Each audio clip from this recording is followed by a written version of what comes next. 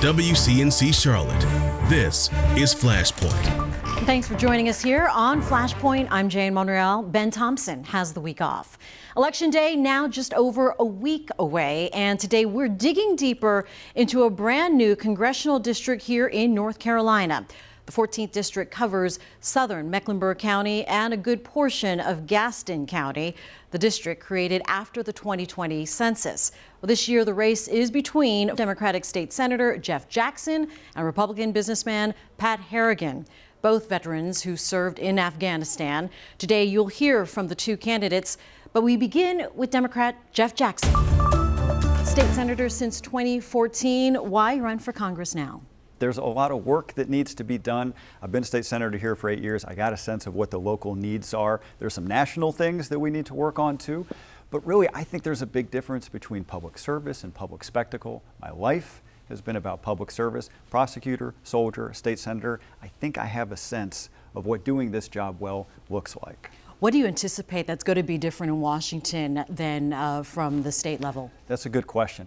I don't really know. I've spent 0 days in Congress in my life. I sense that the fastballs are just a lot faster at the federal legislature than in the state legislature. If we win, I'm going to try and be very conscious about entering and saying, okay, I'm going to get my bearings. We're going to slow things down for a few weeks, and we're just going to make sure that we are ready to ramp up.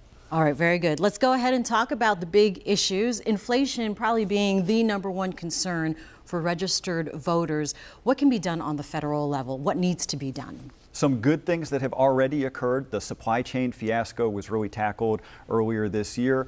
Getting ports up to speed, more of them are now working 24/7. That was the international standard, wasn't the standard here. So that's good that we've gone in that direction. More domestic manufacturing here, particularly with semiconductors and microchips. That's really important. Some other things need to be done, particularly around gas prices. There's a bill that would address price gouging with gas. It's passed the House, it hasn't passed the Senate. We could have a longer conversation about the strategic petroleum reserve and some things that we should be doing with that to help bring down gas prices a little more. No shortage of things to be done there. Let's go ahead and talk about energy then. You want to be energy independent in North Carolina and going green. North Carolina taking the lead on that in a lot of areas, in a lot of ways. How can you translate and bring that to Washington? We've got great potential here in North Carolina because we have really strong wind potential and really strong solar potential. Solar prices have come down 85% in the last 12 years. Wind prices have come down 50%. It is becoming really cost competitive. We have to accelerate the transition. I think the Inflation Reduction Act had some really good incentives in there for consumers and producers of energy to help accelerate that transition. This new seat here in the 14th district created now. Notoriously, you are expected to win, but there is some room because of economic concerns and the potential for a red wave, if you will. How can you solidify your lead in this district? When we started the campaign, one thing I wanted to do, make it real grassroots. So I said, I'm going to knock on 1,000 doors personally over summer. It was Republican, independent. It was just a wonderful education about what folks actually want and are talking about. Housing comes up a lot. Water and sewer comes up a lot. And so the idea is, independent of how people feel about national politics, also have a real local agenda and be in touch with what folks actually want on the ground. Abortion. Your stance on abortion, protective rights, and how, again, you've introduced a bill on the state level. What would you like to see on the federal level? Talking about going to all of these doors and asking people what they are actually thinking about, abortion comes up a lot. We should codify Roe. Roe had a protection for 50 years, a fundamental right. It put a floor in place that said states can do different things, they can take a different approach, but all of them have to respect a bare minimum set of rights. Now that floor is gone. What I would want to do is reestablish the floor. We have folks running for state legislature in North Carolina right now who want to ban abortion in all cases with no exceptions. We should make sure that's never possible.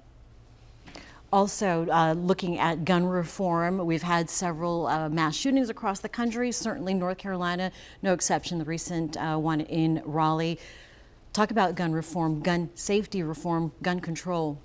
I want to give Congress a little bit of credit. They have finally passed a bill in this space. It took a couple of decades, and it was a relatively small step, but it had something important, which was encouraging more states to adopt red flag laws. We have over a dozen states that have red flag laws that will protect people if they say they're going to hurt themselves or hurt someone else. Remember, gun violence isn't just a homicide problem, it is also a major suicide problem. Most of the deaths from guns are from suicides. Red flag laws would help protect in both of those situations for people who have said, hey, I'm going to hurt myself or I'm going to hurt someone else. We should have a red flag law here in North Carolina. My opponent is an assault weapons manufacturer. He makes his living manufacturing assault weapons. I tend to think he and I would see this issue very differently.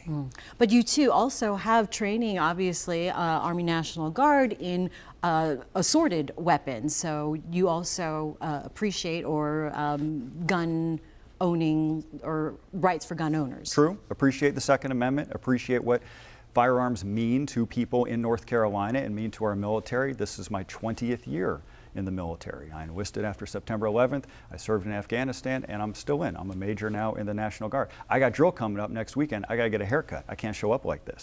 What are you going to look like on election night? It's with shorter hair. That's how I'm going to look. Okay, all right. So we know that now. And let's talk about education then in North Carolina, the state, and in Mecklenburg County.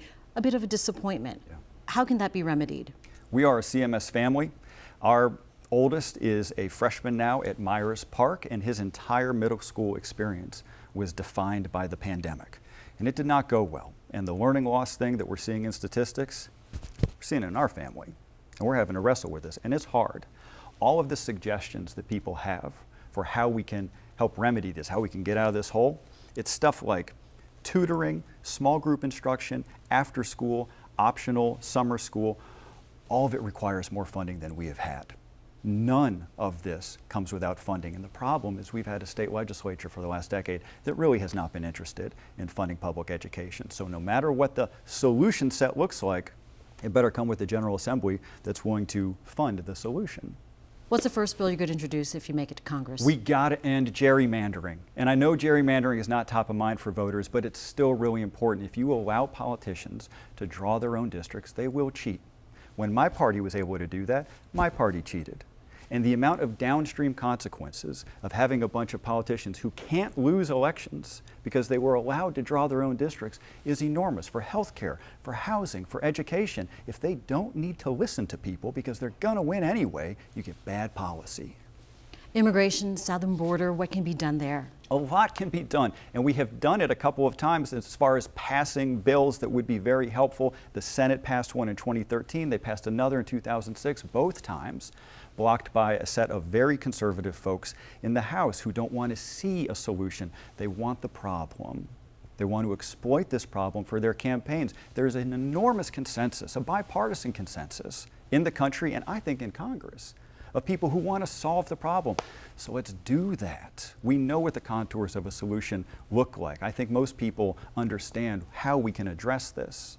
Would you say you are willing and open to reaching across the aisle? Yes, we have to, especially in a closely divided Congress. I've been in the minority party for the last 8 years in the state Senate. Every bill that I've ever managed to get passed has required bipartisan support. State Senator Jeff Jackson, thank you for joining us on Flashpoint. Appreciate your time today. Thank you. And we'll be back after this.